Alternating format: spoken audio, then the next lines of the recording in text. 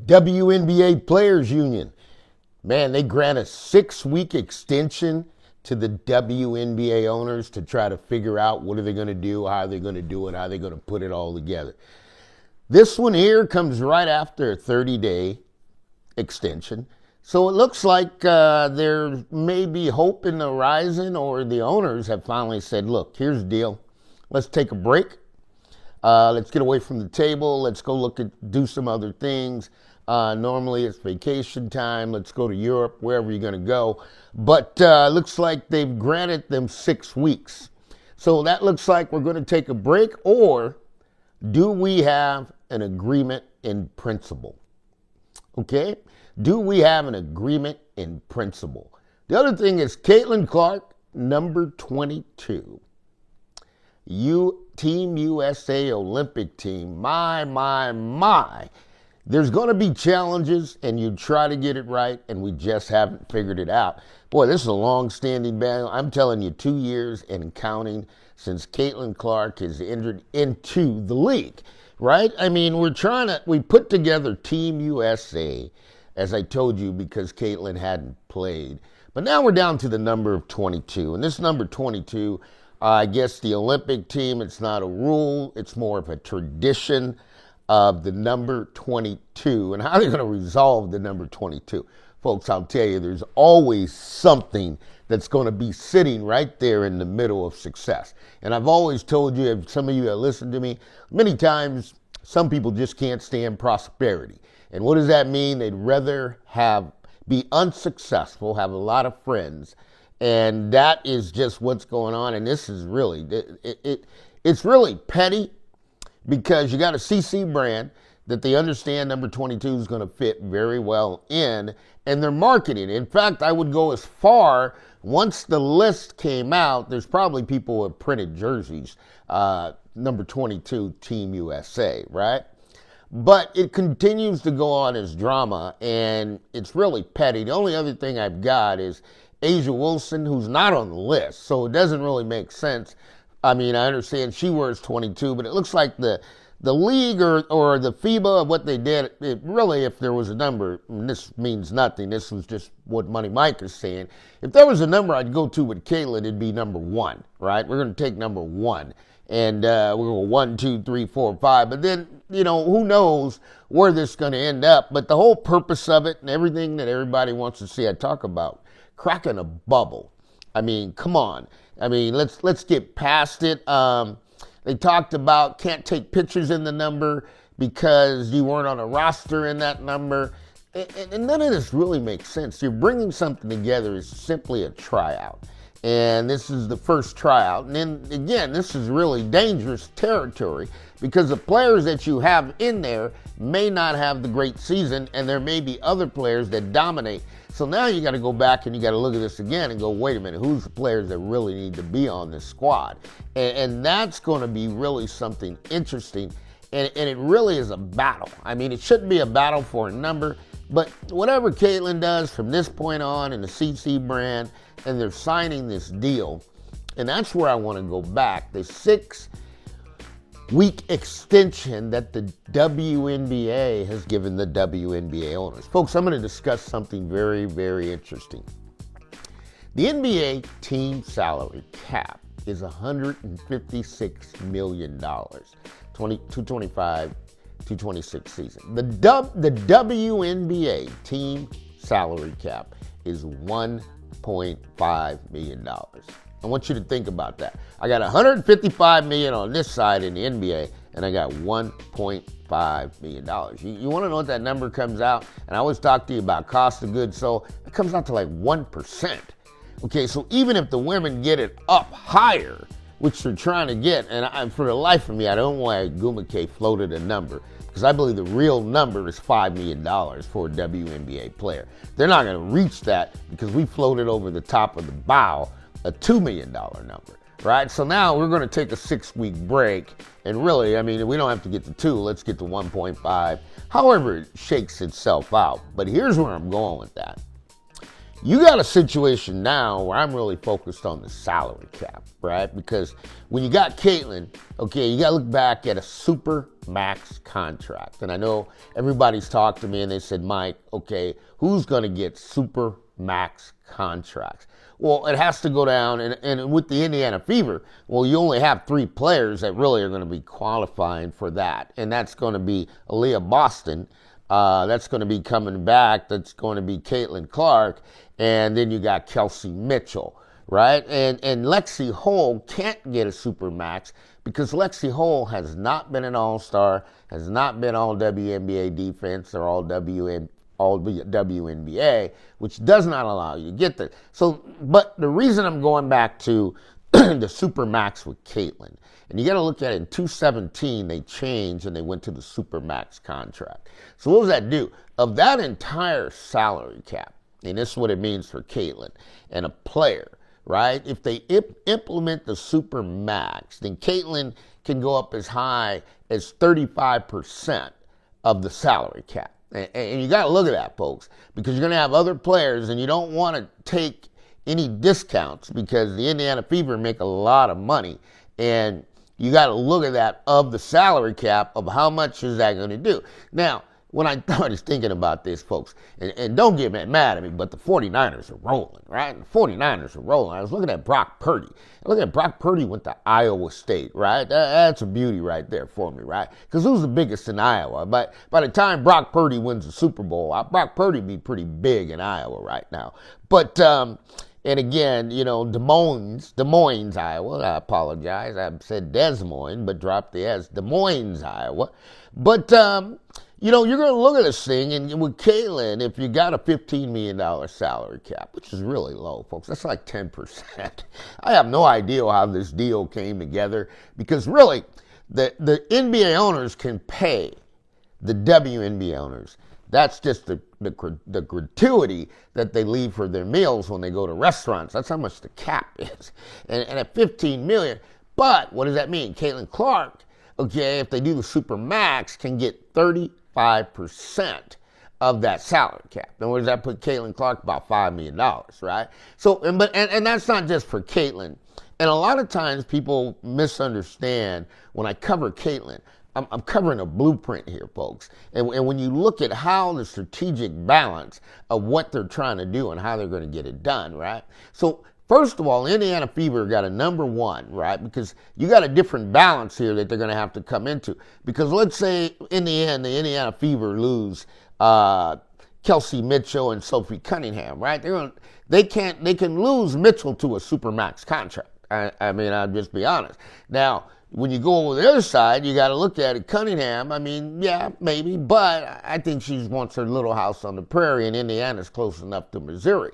But now they got the 6-week extension, right? And now you got to go into, okay, what are we doing about officials, right? What are we doing about WNBA officials in this entire thing? So, folks, I truly believe there might be a list of 100 things. And every time they meet with an agenda, this is what we're going to discuss. We meet, we're going to go do it again. This is what we're going to discuss. We meet, we go do it again. This is what we're going to discuss. And then you come up with what you call an agreement in principle. It's like you're buying a house, okay? I'll buy your house for this, da-da-da-da. But now in the next phase, you got to get all the lawyers together to draw the contracts, and that's going to take some time. I don't care how you look at it, because they're going to steadily be crossing things out. The wording's wrong, and you're talking about a collective bargaining agreement. So things are going to get a little quirky here.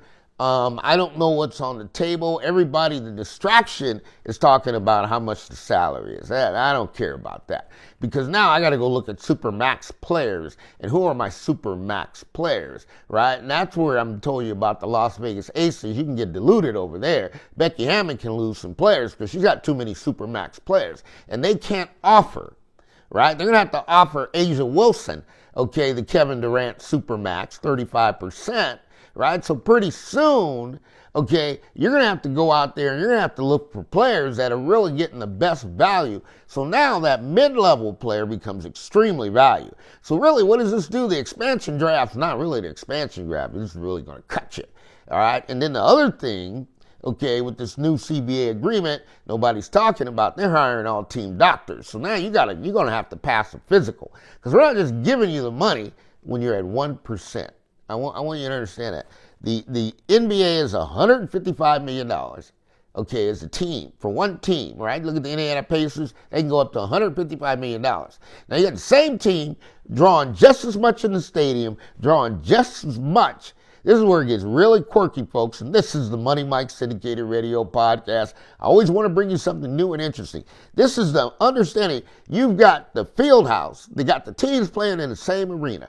Okay, they're packing house on both sides, but you got one team's got a salary cap. Okay, you got a salary cap sitting there, $155 million. That team's called the Pacers. Then on the other side, you got this other team. It's called the Fever, right? And they got a $1.5 million salary cap. Folks, that's $154 million less. All right. What Money Mike does is I'm always going to bring you different examples. I'm going to share with the league different opportunities you have. And I'm really trying to share with you here. There is such an imbalance, right? That even if you get back up to minimum wage, which is 10%, and that's really low, right? That's saying you're going to spend $15 million on a team. Man, they got to get the salary cap up. The players who are in there are going to need to be making more money. And just saying we're giving the players union giving an extension, what does that tell us? It tells us nothing. It tells us you don't have any leverage. I told you that a long time ago. I believe the players have lost their leverage in this negotiation, and that's why they're willing to be patient. And the owners are saying, well, let's take a break. Let me go on vacation. Let me go spend some time with my family. I've been doing this long enough. We all need to take a break. And if you've been doing this long and you haven't hammered this thing out yet, and you're really not walking out of anything because there's no season, right? So really, and the players cannot strike. The way the collective bargaining is, the players would have to walk out, and then the owners could lock out. But I don't even see that, right? Because at the end of the day, it's going to come down to, what retirement you're going to get and what is going to be the salary structure for the rookies. And then you got those young rookies coming in who are already making a couple $1 million. But the real number is $5 million, folks. I'm gonna share that with you now as I pencil it out for a WNBA player. There's no reason why a WNBA player can't make $5 million. And I'll be honest, if you're sitting there, right, and you got in fact, the Indiana Fever, here's the thing about it. And folks, for Money Mike, as you get to know me, I cover the San Francisco 49ers. That's my home team, right? I cover a little bit of the NFL. The Indiana Fever and the San Francisco 49ers are a lot alike. They are almost like brother and sister, the 49ers, because the 49ers dominate the road. The 49ers, without a doubt, we are America's team. We sell more tickets than anyone else in the NFL. We are so good, our fans travel, right? So when you look at the Indiana Fever, they're so good that their fans travel, and they're making a boatload of money, right? But how does that translate to the players, right? Because at the end of the day, with Caitlin, let's be honest, you can put anybody on the floor. I don't care who you put on the floor with Caitlin, the fans are going to show up and they're going to buy your merchandise, right? Now, here's the deal. Do they want to buy number 17? No. Okay? So at the end of the day, 22 is the number. Get over it. Get an exception. Get a bylaw, because this thing was not built, okay, with Sue Bird and Team US. This was built because Caitlin didn't play. All right? And that's where people get confused, because they want to own it, they want to control it, and they want to feel they're the best at doing it. But now you can't be in there fighting for money, and then you can't let Caitlin Clark have 22. If she's threatening not to play, man, you got a fight on your hands. And then next thing we got to do, we got to remove people off committees, right? Because at the end of the day, it's going to come down to dollar to dollar. And I tell you, when Serena Williams' husband showed up on ESPN, that was the end of Stephen A. Stephen A. is going to fither out. He's going to be gone, right? Because you got to stay in your lane. Sometimes it's about staying in your lane and reaping the benefits, right? One of the parables, you're able to get the crumbs, the food off the table, right? But you're benefiting so much, okay, by what that blueprint is establishing. And any other player that walks in this league now, they know it. Because corporate America, to be successful, and there's some companies have over 500,000 Fortune 500. They got a Fortune 100. They got 500, 300,000 employees. At some point, you're going to have to look at best practices, and best practices are what we're going to follow. And that is a creative mind saying, look, who's out here that's really getting it done? If you look at who's getting it done, okay, you got Angels getting it done, you got Angels trying to get it done, okay, getting it done, and then you got Caitlin Clark just Super Max, gone. Okay, and when you get a player like that, for the rookies that are coming in, they need that exposure. Everybody, you look at Shedeur Sanders, right? It's not always going to be easy. You look at Brock Purdy being the last pick in the draft and now being the best quarterback in the league, leading the San Francisco 49ers from Iowa State. Nobody, Brock Purdy was Mr. Irrelevant. All right. Now, Caitlin Clark, when she got to Iowa, was Miss Irrelevant. And then all of a sudden it blew up and God took over, and that's how it works, folks. Folks, I'll tell you this. This is the Money Mike Syndicated Radio Podcast. We got a 6-week extension in the WNBA. What does that mean? Absolutely nothing. And I'll tell you, happy holidays. You know what? Happy holidays to you. We got a number 22 fight going on. And what does that mean? What does it mean? Absolutely nothing, right? Who's it going to affect if she wears number 22? Nobody, right? I mean, you live today, you die tomorrow. That's how life is going to go. There's no in between. But to fight over a number, when you know the player and what they're trying to do, and you're trying to stop process, that means you got the wrong people on the wrong committee, and they're getting involved. And FIBA is not controlling this. So this is where I say with that, folks, I think in the end, like they say, it's temporary. But, you call it what you want. And, Super Max, you got to look at who are the Super Max players, because you got to look at Breanna Stewart, right? I'll give you an example. Is Breanna Stewart a Super Max player? Well, yeah, she is, but with the injuries. See, here's where the WNBA is going to really start to understand how this business, and the players are going to really understand how this business works, right? Because once you get team doctors lined in there, right, you got to pass a physical now. And when you have to pass a physical, the team doctor, okay, is now looking at what is your future, which means if you got a bad knee, then what is the life longevity of the knee? This is going to move into like NFL, because we're paying you more money. So we don't want to make an investment in a player that's injured. And a lot of times you have the WNBA, and I told you guys this a long time ago. I said, man, when Caitlin was injured, they put her as did not pay, coach's decision. You can't do that anymore, folks. If a player is injured, you better list their injury, and you got to really let us know. And that's where they put in the team doctors, because the team doctor can quantify that and say that player is injured, and the team doctor, the coach talks to the team doctor. All he or she has to repeat is what the team doctor says. Whew! I'll tell you what, you can make a molehill into a mountain. Is that how they say it?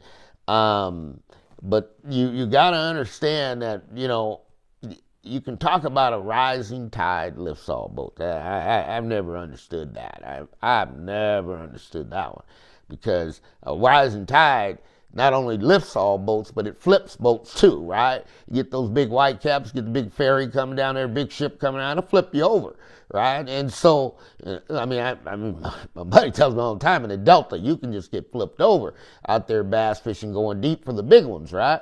But you got to understand something. This thing is not rising. It's in the point now where the draft has to happen. The next group of stars have to come in. And man, they can align, and they can do a lot of great work. This thing here, 6 more weeks, there's nowhere else for the players union to go. If the owners come back and say we need another 60 days, what can they do? What can they do? Right? They don't have a job. That's the thing. At the end of the day, the WNBA players have to have a job. They have to have a job. That's why you're starting to see it say WNBA players, comma, union. Okay?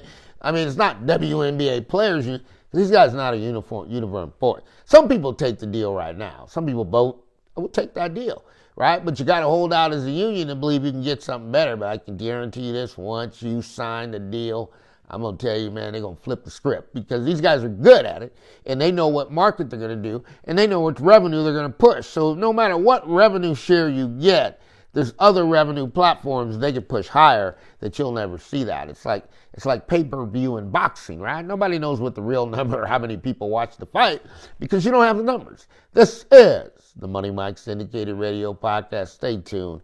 CBA, we'll talk about it 6 weeks later. Caitlin Clark, number 22, absolutely. I mean, let's get it right. What number did Brock Purdy wear at Iowa State? I think it's number 15, right? And so the number means something, right? And if that's what they want, I mean, guys, it's a tryout. I mean, come on, let's just help me help you is what I will say. This is the Money Mike Syndicated Radio Podcast. All things are possible to those who believe.